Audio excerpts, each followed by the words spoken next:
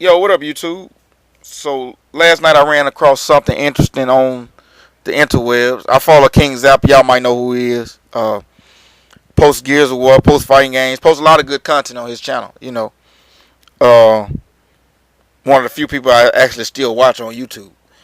But he retweeted an article from Cliff Bleszinski. Y'all might know who he is. Cliffy B, responsible for the Unreal series and the Gears of War series. Well, he's one of the people responsible. I won't give him all the credit.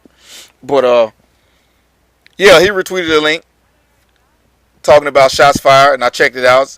Basically, it's an article by PC Gamers. It's a developer somebody finally taking shots at Call of Duty publicly. Damn, I don't know why that was so hard to say. But finally taking a shot at him. And this is the first time I ever heard that a real developer, a game developer, take a shot at Call of Duty about how bad the game is. And basically what he said was that Call of Duty has ruined a generation of FPS gamers, which is true. They make their game so easy, so it's accessible for anybody to play that once they play another game that actually has a skill gap, they say the game is bad just because you have to get good at the game. And that's what he was talking about. He's a developer for the Red Orchestra 2. I think that was the game. I can't remember his name. I'll leave a link to the article in the description. Y'all should check it out. It was a good link. It was a good read. And he just putting Call of Duty on blast, talking about how easy it is, how random it is, how you can have shit from the sky fall and kill you, how you can throw C4 and throwing knives and tomahawks and stuns and flashes. A bunch of bullshit in the game that can get kills without you even having to try to get a kill in a skillful way. And he said he's working on Red Orchestra 2 and he's trying to add something. He's adding a game mode to appease the Call of Duty fanboys. And he gets some of his friends that are actually big Call of Duty fans. Of course, they say they don't like it because it's not Call of Duty. For example, he was talking about how anybody that plays Call of Duty know when you press the sprint button on Call of Duty, you go straight to 100%, full speed, right? Well, on Red Orchestra, you have to actually build up momentum like a human being. We don't start out at 100%. We start from 0%, then we build up to 100%. And that's what you have to do when you start sprinting on Red Orchestra. And they said that was bad. They said it was clunky. But actually, it's realistic. And, of course, his article will be read as hate because you can't have an opinion in this pussified country anymore. Every time you have an opinion on something, you are automatically hating. But no matter the facts that you give, no matter the evidence that shows how true what he's saying it is, hardcore gamers have been saying Call of Duty has been bad for years, for a long time now. NASA's been telling you how bad Call of Duty, along with myself and a few other people, since Black Ops 1, how casual it is. And of course, Black Ops 1 had the biggest skill gap that I've ever played in a Call of Duty, and people hated that one because of how big the skill gap was. People talk about Black Ops 2. Black Ops 2 is connection based. It's the most connection based shooter I have ever played, and I am including Gears of War 2 in that conversation. I have never played a game that depends on your ping more than this game. It is ridiculous. That's why I don't play. That's why I just hit the 3-day mark on it about a week ago. I hadn't even turned my Xbox on since like Saturday. I have no reason. All the games are bad now because everybody is following the Call of Duty mantra. If you don't, you get left behind. And Cliff Bleszinski, somebody asked him, they said, Cliff, do you agree with what the author of the article says? And he said, yes, he agrees with several points. So my question to Cliff would be this. Okay, if you agree with several points of what he's saying, how casual the game is, how random it is, why would you release Gears of War 3 in the state that it was released? Why would you buff the assault rifles? Why would you bring in the retro lance and the sawed off? Why would you make ink grenades stun people? Why would you release these horrible maps that are assault rifles oriented instead of CQC? I didn't say shotgun, I said CQC. Because on the old school maps, you can use your assault rifles on them, but at some point, you had to pull out the Nasher. And why would you make the assault rifles better, but you nerf the Nasher, the gun that takes the most skill on the game to use? So, the stench of hypocrisy is all over Cliff Bleszinski. Yeah, he may agree with it, but at the end of the day, he was looking at dollar signs just like everybody else. Just like Halo was when they made Halo Reach. I haven't played Halo 4, but just like Halo was when they made Halo Reach. Just like Battlefield 3, I hear that isn't way more noob friendly than all the previous Battlefields. I haven't played a Battlefield since like Modern Combat a long time ago.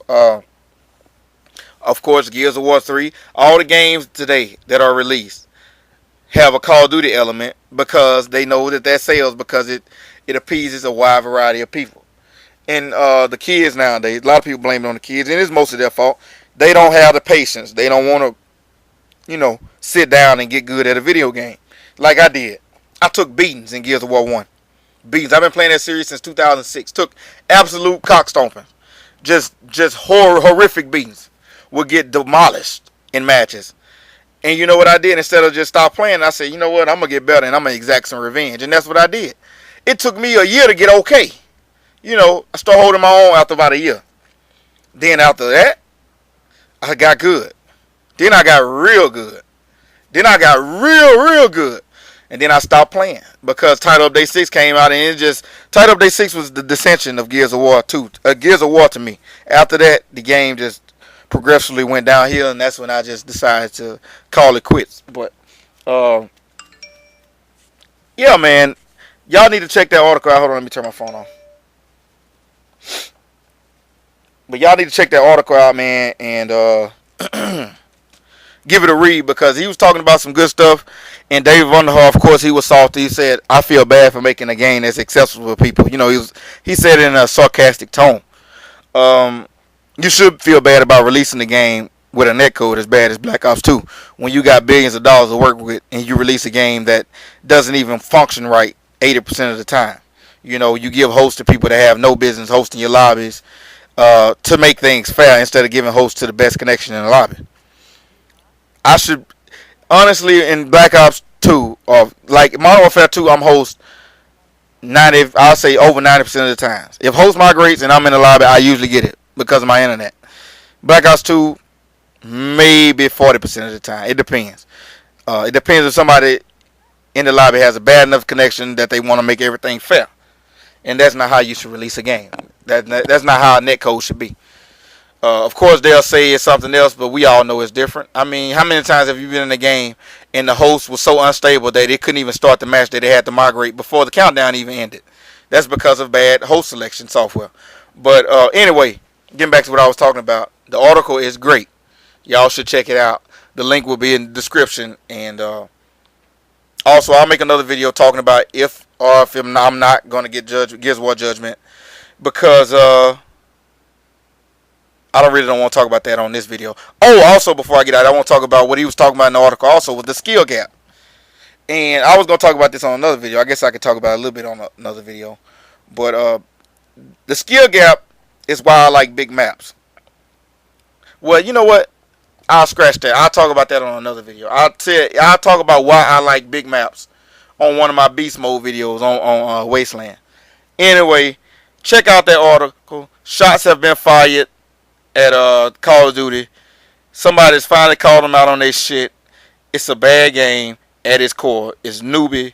It's scrubby. It's easy. And that's why people play it. That's why people buy it. Because of all those factors right there. You can get on and you can go 15 and 20 if you bad at the game.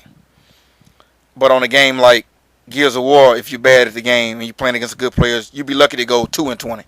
You probably gonna go 0 and 20. And that's what I love about that series. I'm more of a hardcore kind of gamer. If you're not, then that's cool. You don't have to be. I'm hardcore at everything. I'm hardcore at school. I'm hardcore whatever I want to do. If we having a grass growing contest, I want my grass to grow better than yours. I'm competitive like that. So stuff like that appeases to my senses. It might not appease you. Maybe I'm too much of a tryhard at life. Anyway, y'all check out that article. It'll be in the video, and I'll get it y'all on the next one. I'm out of here.